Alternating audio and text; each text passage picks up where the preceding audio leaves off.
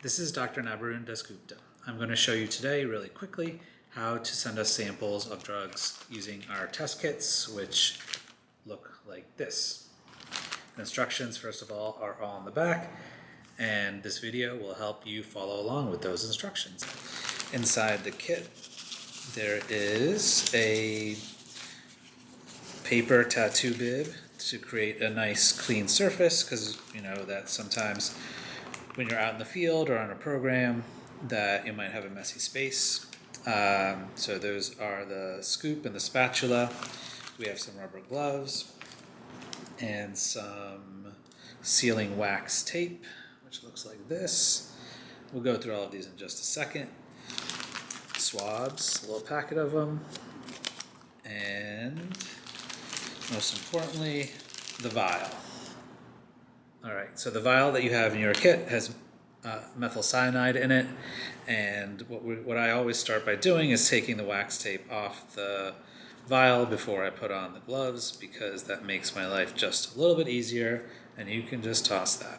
All right, so the reason why we wear the gloves, well, first we want to get the best results, and so sometimes there might be contaminants on our hands, and we want to avoid that. And the other reason is that the acetonitrile, the methyl cyanide that's in the vial, that can sometimes get on stuff and irritate your skin or dissolve, countertops and things. So that's why we like to have a nice clean surface. All right, so the first method that's preferred is the powder method, and you'll see the powder method described right here on the card.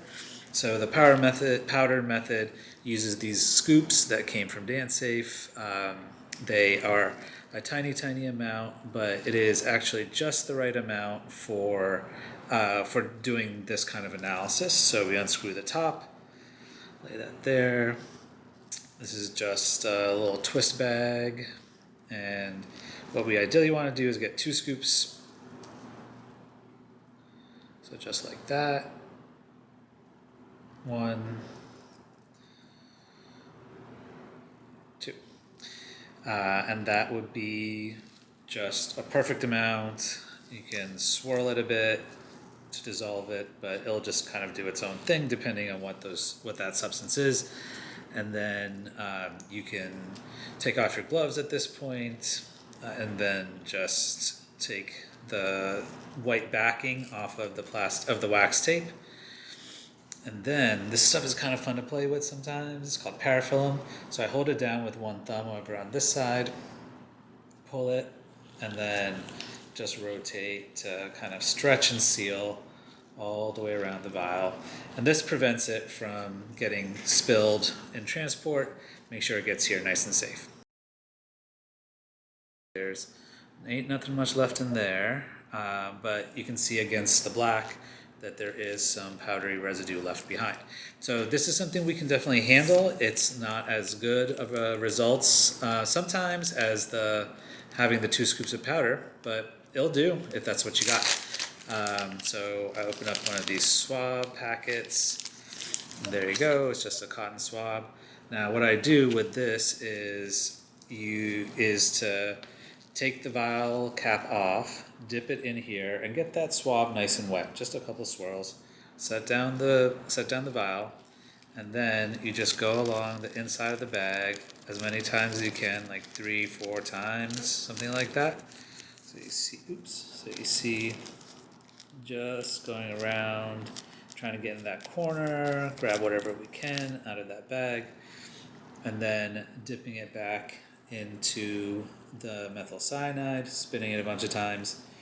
I like to squeeze it out along the side of the glass as I come out through it, and then closing the cap, and then putting the wax tape on. So another way to do this is with a used cotton from a cooker. This looks like maybe like a cigarette got exploded in there or something, some nasty dirtiness. What you can do is open the vial, use the spatula, and I use this thin end, and just take the dirty cotton out and drop it right in the vial, and that's it. That's all you need to do. screw that back up and wrap it up with the wax tape. So we know there's a lot of fake pills going around right now, so if you wanted to get a pill tested, there's instructions here on the card for that one as well. And what you want to do, it's really important to get a clean cut of the pill. So putting it on this black cloth, using a clean knife to make a cut to get about a quarter of the pill out, that's what you need. And you would just put that quarter of a pill straight into the vial. Just drop it in there. If you can, send us a picture of it so we'll have a better idea before you cut it, but that's not absolutely necessary. But you can see that instruction right in there. There's 2 additional methods for sample collection that we've been hearing that folks out there are using. One is to use the swab to get the inside of a pipe that's been used, like a pipe that's maybe been involved in an overdose. The really important thing there is that the pipe could have been used more than once by more than one person, more than one drug, more than one type of drug.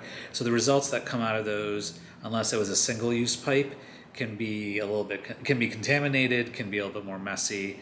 So it's important if you are using the pipe swab method to indicate it right here on the sheet so that we know when we're doing the analysis how to interpret whether the results are from one sample or could be from multiple samples.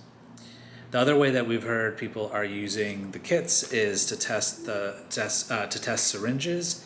And so this one's a little bit more complicated. If you're going to do that, give us a call and we'll show you exactly how to do that. Once the samples arrive on campus, we analyze them with state-of-the-art machines. Yeah, I'll run it on Monday, see if there's anything different. Our chemists prepare the samples to remove impurities and get them ready to put into the machine. This high-precision mass spectrometer allows us to figure out exactly what is in the drug samples. We can handle multiple samples at the same time. In less than 15 minutes, the machine returns a chromatogram, which is a visual display of each of the components inside the sample. We then analyze that spectrum and figure out exactly what the sample contains.